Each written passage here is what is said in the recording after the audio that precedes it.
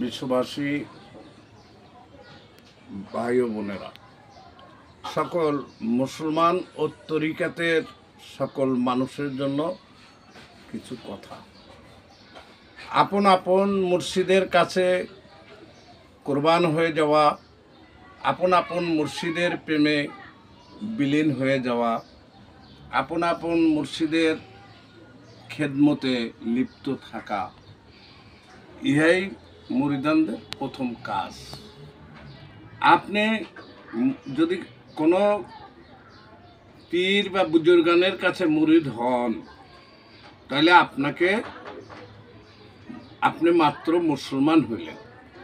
মুসলমান হওয়ার পরে আপনার পীর যদি আপনাকে মুরিদ হিসাবে কবুল করে, তখন আপনি বান্দা হবেন। আপনার মুর্শিদ যদি আপনাকে বান্দা মুরিদ বলে গ্রহণ করে, তাহলে আপনি হবেন নবীর উম্মত, আল্লাহর বান্দা। দেখেন, মানুষ জন্ম নিলেই খালি মুসলমান হয় না, মুসলমান হতে হয় নতুন করে। বাপ দাদার ধর্ম করলেই সে আল্লাহকে লাভ করতে পারবে না। এক সময় তরিকাতের প্রযোজ্য ছিল না, নবীর যুগে নবুয়াত ছিল। এখন বেলায়েতের যুগ, আপনি আমি সকলেরই আমাদের তরিকা নেওয়া উচিত।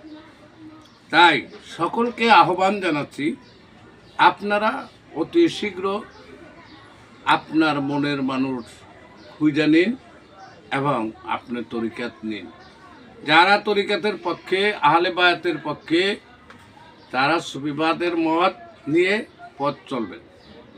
আমি মনে করি শুধু তরিকা নিয়ে বসে থাকলেই চলবে না।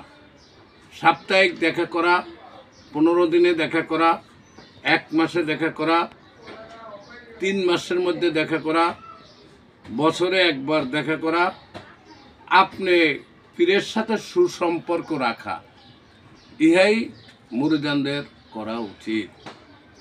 যেই মুরিদান তার পীরের কথার অবাধ্য চলে, তাকে বাতিল বলে, তার জীবনে আর কোনো জায়গায় জায়গা হবে না। একজনের কাছে মুরিদ হইয়া আবার আরেকজনের কাছে মুরিদ হইতে যাওয়া, ইহা অত সুন্দর নয়। তবে পীর যদি বিদায় নিয়ে যায়, ওই ক্ষেত্রে আপনি নিতে পারেন, নিতে পারবেন না এরকম না। আবার অনেকে পীরে অনেক কিছু শিক্ষা দেন। ক্লাস 1-এর ছাত্র কখনো 5-এ পরীক্ষা দিতে পারে না, 5-এর ছাত্র কখনো মেট্রিক পরীক্ষা দিতে পারে না।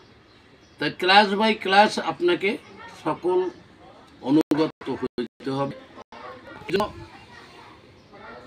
সব ধরনের বুজুর্গানদের সাথে আপনার ওঠা বসা করাই উচিত।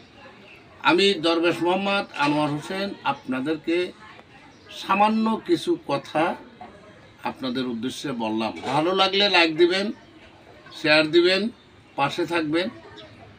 আরও সুন্দর সুন্দর কথা আপনারা আগামীতে শুনতে পারবেন। আসসালামু আলাইকুম ওয়া রাহমাতুল্লাহি ওয়া বারাকাতুহু। ইয়া মুর্শিদ ওলি আল্লাহ, ইয়া মুর্শিদ ওলি আল্লাহ মুখে বলিতে বলিতে বিদায় হলেও ভালো হবে।